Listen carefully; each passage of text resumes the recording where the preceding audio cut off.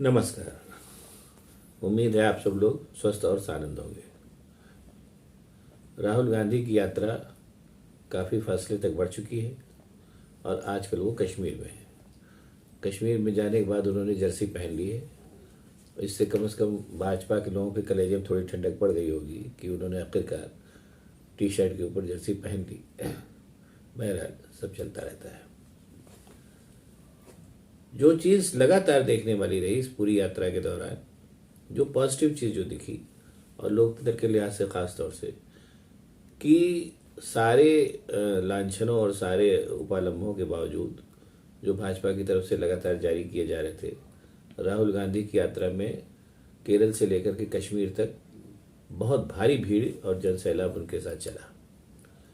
ये बात बहुत जो है मतलब जिस पर ध्यान जाना चाहिए, लोगों का ध्यान जा भी रहा है, इसमें कोई शक नहीं है। इससे एक बात तो साबित हो गई कि अगर भारतीय जनता पार्टी के हिसाब से शब्दों में बहुत कंजूसी करें तो कम से कम राहुल गांधी ऐसे नेता तो हैं ही कि जिनकी एक जो आजकल आजकल वो जो चलन है, क्या नाम है, रैली निकालने का, तो उस लिहाज से वो जनमानस के नेता तो हैं ही, इतना कन्फर्म है। और इसमें भी कोई शक नहीं है कि राहुल गांधी की एक मास अपील है जो इस यात्रा में दिख गई। और इसका सबसे बड़ा जो परिणाम हुआ वो ये हुआ कि मोदी जी की फिलहाल बोलती बंद है। अब आगे की उस पूरी यात्रा की क्या काट निकाली जाए इसके बारे में निश्चित रूप से वो सोच रहे होंगे, और उनके पूरे क्या नाम है जो साथी संगी वो भी इसी काम में लगे होंगे। बहरहाल संसार है, अपनी गति से चलता है। अब आइए इस बात पे चर्चा करें कि राहुल गांधी ने ये यात्रा क्यों निकाली और इस यात्रा के क्या उद्देश्य हो सकते हैं। एक बात तो बिल्कुल कन्फर्म मैं कर देना चाहता हूँ यहाँ पर कि राहुल गांधी का ये उद्देश्य अगला प्रधानमंत्री बनना और कांग्रेस को तत्काल पावर में ले आना कहीं से नहीं है। ये केवल वो उद्देश्य बताया जा रहा है उनका जो लोग अपने अपने हिसाब से उसकी व्याख्या कर रहे हैं कि ऐसा उनका उद्देश्य है।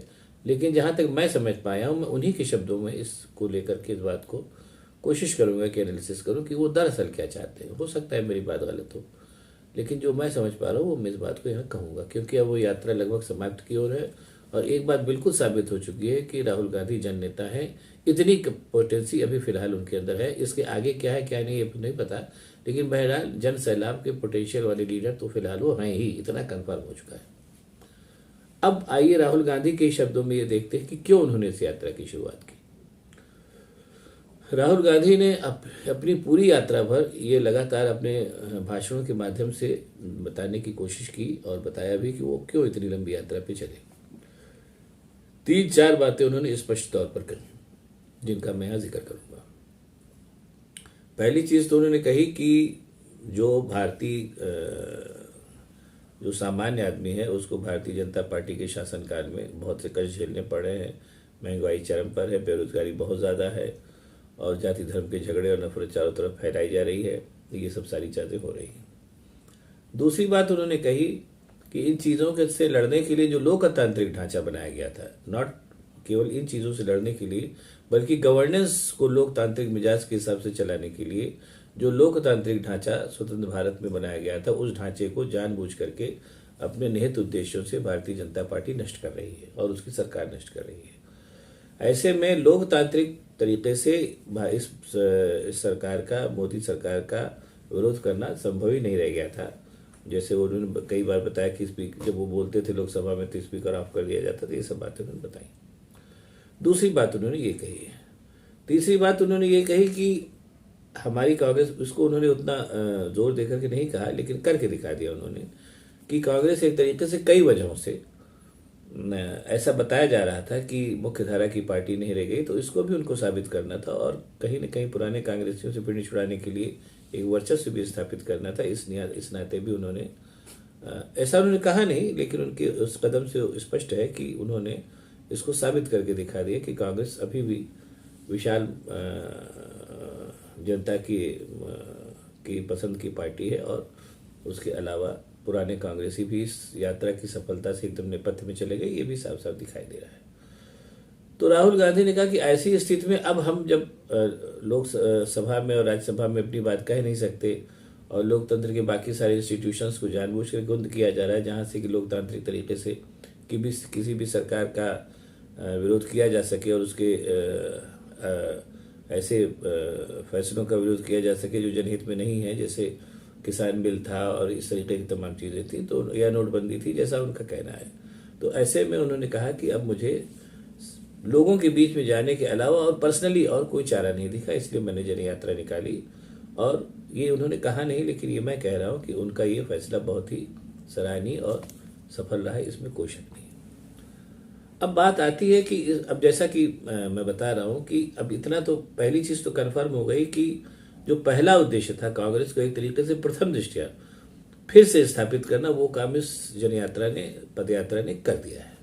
अब बात आती है अगले फेज की, जिसको लेकर के लोग तरह तरह की बातें करें, करनी भी चाहिए, लोकतंत्र के लिए जरूरी है कि लोकतंत्र इस तरीके की पदयात्रा में जो ज्वार होता है वो भावनात्मक होता है। लोग बड़े नेता के पीछे आ ही जाते हैं, ये बिल्कुल सही बात है, लेकिन ये भावनात्मक ज्वार भारतीय जनता पार्टी की छल कपट और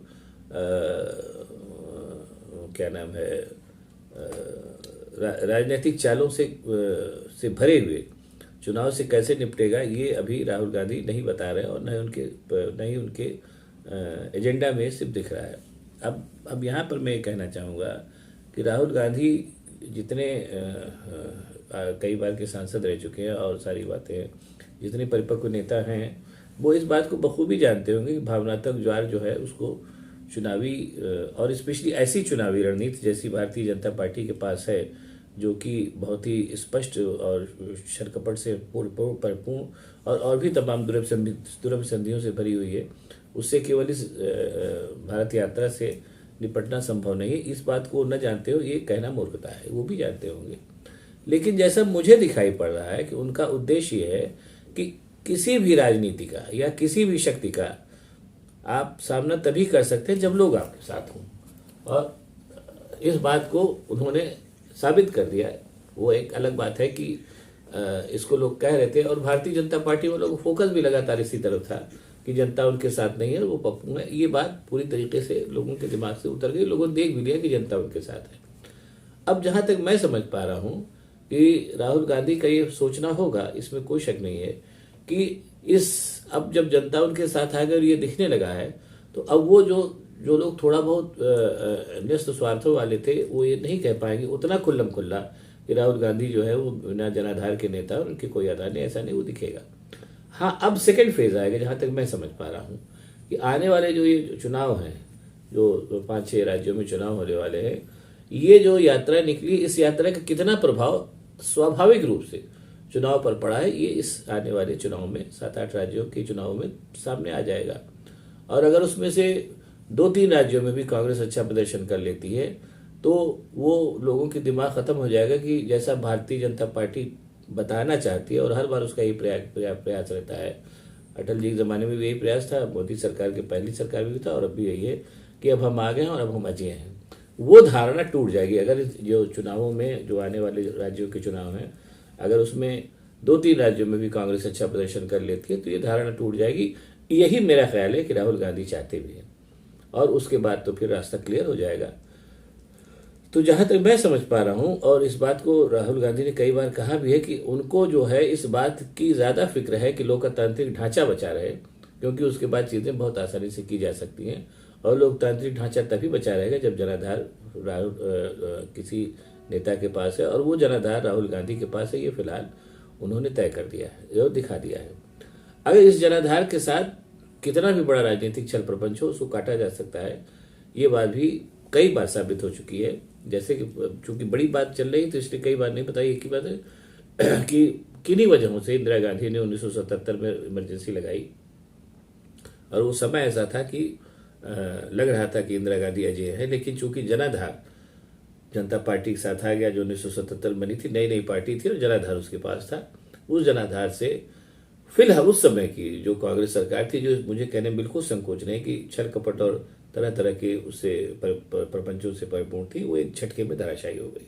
लेकिन यहीं पर मैं ये भी कहूंगा कि चूंकि इंदिरा गांधी मूलतः लोकतांत्रिक प्रवृत्ति और छल कपट से परिपूर्ण राजनीति में भरोसा नहीं करती थी, इसलिए उनकी वापसी 1980 में दोबारा हुई, वो उनके कार्यकाल की गलती थी, किसी भी नेता से हो सकती है। इंदिरा गांधी जैसी महान नेता से अगर वो गलती हो गई तो उसमें कोई बुरी बात नहीं होता है, ये हो गया।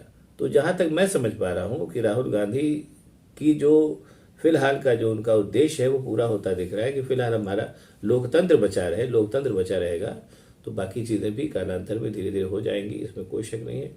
और राहुल गांधी, इसमें कोई शक नहीं, ये भी वो दिखा चुके हैं कि वो सत्ता के पीछे पागल आदमी कहीं से नहीं है, कि सत्ता के लिए वो कुछ भी कर सकने को तैयार है। और मैं फिर इस बात को कह के बात खत्म करूंगा कि जो लोग ये कह रहे हैं कि राहुल गांधी इतनी बड़ी पद यात्रा केवल इसलिए निकाल रहे हैं कि वो अगली बार तुरंत तत्काल प्रधानमंत्री बन जाए, ऐसा कहीं से, ये बात कहीं से समझ में नहीं आती। उनका पूरा उद्देश्य बिल्कुल स्पष्ट है कि वो एक जनाधार वाली कांग्रेस पार्टी को फिर से जीवित करना चाहते हैं, जो लोकतंत्र पर छाए खतरे को फिलहाल दूर करे और कालांतर में एक अच्छी गवर्नेंस दे करके उसकी मिसाल बनाए। That's all. बाकी आप लोगों को अगर ये वीडियो पसंद आया तो इसको लाइक करिए, सब्सक्राइब करिए, शेयर करिए, ताकि आपको मैं अभी ऐसे वीडियो दिखाता रह सकूँ। बहुत बहुत धन्यवाद। नमस्कार।